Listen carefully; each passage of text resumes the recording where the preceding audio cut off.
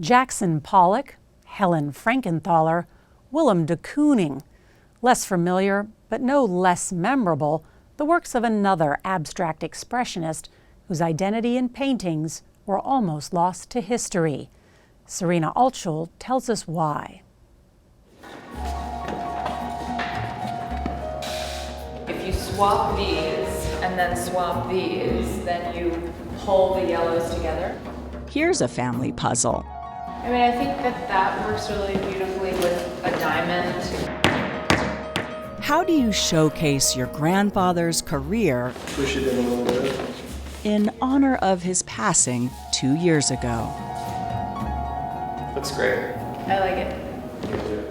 A career that spans more than 5 decades.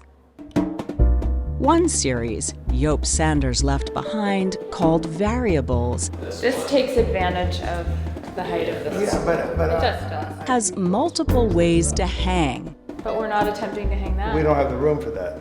We could have done this show with 15 entirely different paintings, but we had favorites and we had must-haves.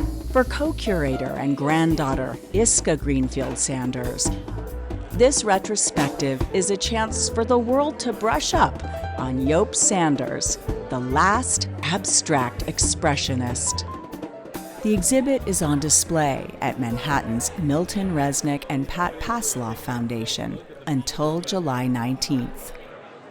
Abstract Expressionism is the first movement that is homegrown in the United States, that is an international art movement. You look at a lot of the geometric work, it's quite figurative, it's very human. It teaches you about how you're holding yourself in space and how you are looking at it on the wall.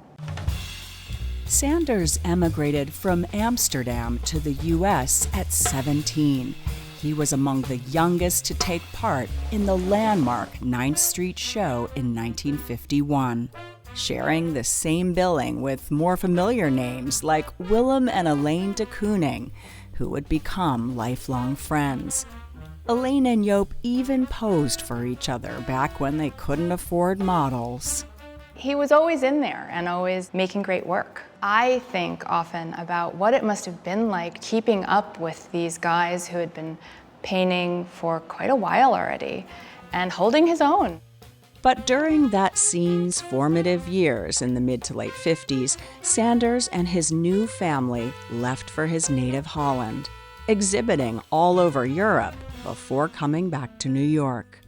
This is just when abstract expressionism is hot. That's and right. Everybody's happening. A handful of the Abex painters made money, and the truth is no one else did.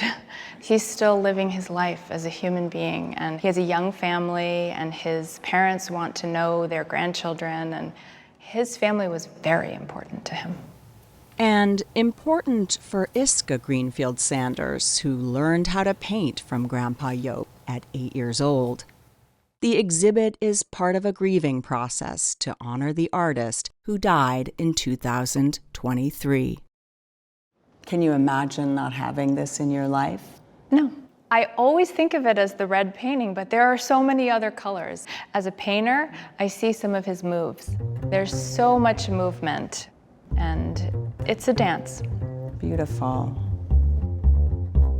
We lost him, he was 101, just shy of 102.